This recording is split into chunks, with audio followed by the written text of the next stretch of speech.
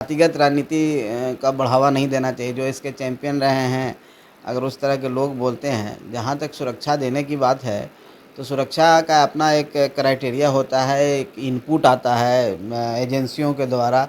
नमस्कार, आप देख रहे हैं न्यूज़ फॉर नेशन और मैं स्वाति पांडे आपके साथ।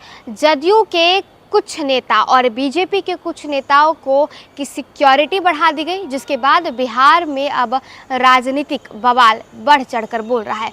दरअसल खबर आती है कि लेसी सिंह की सुरक्षा बढ़ा दी गई। बीजेपी के नेता है विवेक ठाकुर, उनकी भी सुरक्षा बढ़ा दी गई, जिसके बाद आज सुबह सुबह बयान आता है तेजस्वी यादव की तरफ से। डिप्टी सीएम, पूर्व डिप्टी सीएम और बिहार के नेता प्रतिपक्ष तेजस्वी यादव ने कहा कि आखिरकार जदयू में नेताओं के साथ ऐसा पक्षपात क्यों? जमा खान के साथ ही क्यों पक्षपात हुआ? हरी सहनी के साथ क्यों पक्षपात हुआ?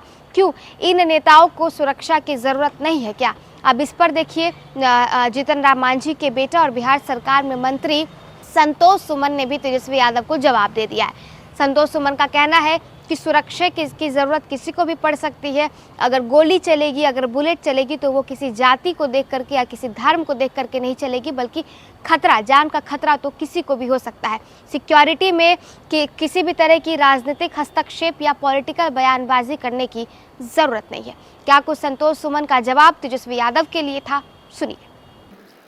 अब देखिए, कौन बोल रहे हैं तो मैं नहीं जानता किसकी मानसिकता है। हम तो इतना जानते हैं, सब इंसान है। बुलेट सबको अगड़ी पिछड़ी देख के नहीं लगता, किसी को भी लग सकता है। इसमें जातिगत राजनीति का बढ़ावा नहीं देना चाहिए। जो इसके चैंपियन रहे हैं, अगर उस तरह के लोग बोलते हैं, जहाँ तक सुरक्षा देने की बात है, तो सुरक्षा का अपना एक क्राइटेरिया होता है, एक इनपुट आता है एजेंसियों के द्वारा।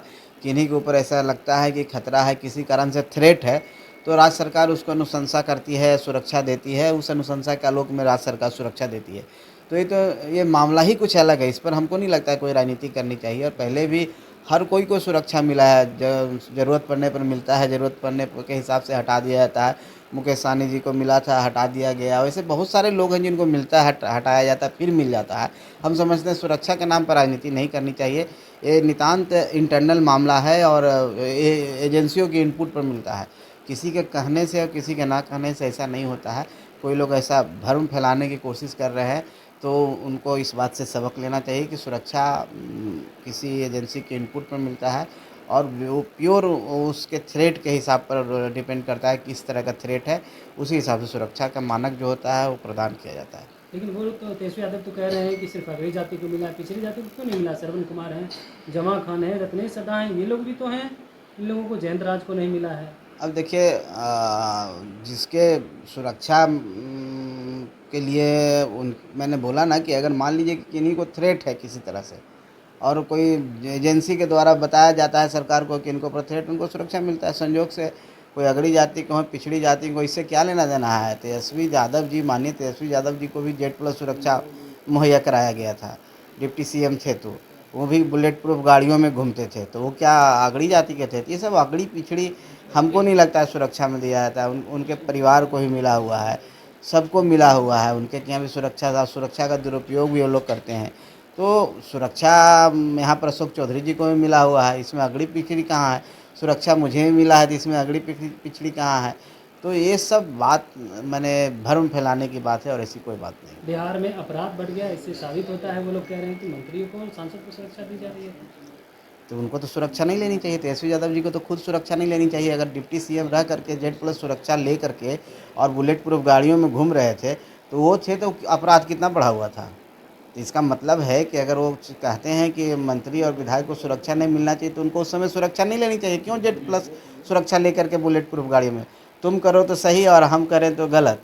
ये दो तरह का क्राइटेरिया और मानदंड नहीं चलेगा। वो पहले अपने गृहमान में झाँक के देखें, तब किसी के ऊपर इस तरह आरोप लगाएं। एक सवाल हो रहा है कि श्याम रजक उनके पार्टी को छोड़कर चले गए हैं, कैसे देख रहे हैं? देखिए, हर व्यक्ति की स्वतंत्रता होती है। श्याम रजक जी को घुटन महसूस हो रहा था।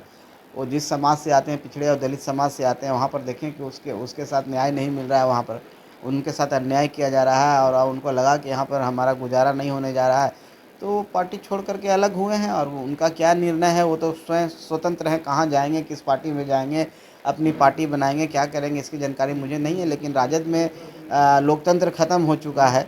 सामाजिक न्याय का वो नारा देते हैं, वो है नहीं, क्योंकि एक पिछड़ा व्यक्ति एक ज़माने का नहीं, उस समय लालू जी के उस समय साथी रहे हैं जब लालू जी शुरुआती दौर में थे। राम और श्याम की जोड़ी कहा जाती थी और राम श्याम आज दोनों उनके पास से चले गए हैं। अब समझ लीजिए कि दो जोड़ी जो सबसे इम्पोर्टेंट जोड़ी थी वो चले गए हैं। अब उनका क्या हर्ष होगा ये भगवान ही बता सकते हैं। हाँ, एक सवाल और है, उपेंद्र कुशवाहा को 2 साल और मनोज मिश्रा को 4 साल के लिए राज्यसभा भेजा गया। इस पे भी कह रहे हैं कि देखिए कुशवाहा हैं, एक मिश्रा जी हैं, इसीलिए कुशवाहा जी को 2 साल के लिए दिया गया है। मांझी जी के साथ भी उसी तरह अन्याय हुआ है। चिराग पासवान को 5 सीट दे दिए और मांझी जी को 1 सीट मिला। अरे इतना ही उन शुभचिंतक थे तो हम भी तो उनके साथ लड़े थे विधानसभा में, उनसे हम सीट मांग रहे थे, एक भी सीट देने को तैयार नहीं थे। मांझी जी के प्रति और हमारे समाज के प्रति उनको इतना ही चिंता है, दलितों के प्रति तो 20 की कहानी मैं कहता हूँ। हम लोग तो उनसे मिलने के लिए तरसते थे। वो अपने हम मिलना है तो हमारे प्रदेश अध्यक्ष से मिलें, इस तरह की बातें वहाँ से आती थी। तो ये बातें नहीं करें, इससे कहीं कुछ होने वाला नहीं है। इसी तरह से बात करके भ्रम फैलाने का काम करते हैं। जनता 25 में उनको जवाब देगी और वो 0 पर आउट होंगे और हम लोग अपार बहुमत से चुनाव जीतने जा रहे हैं।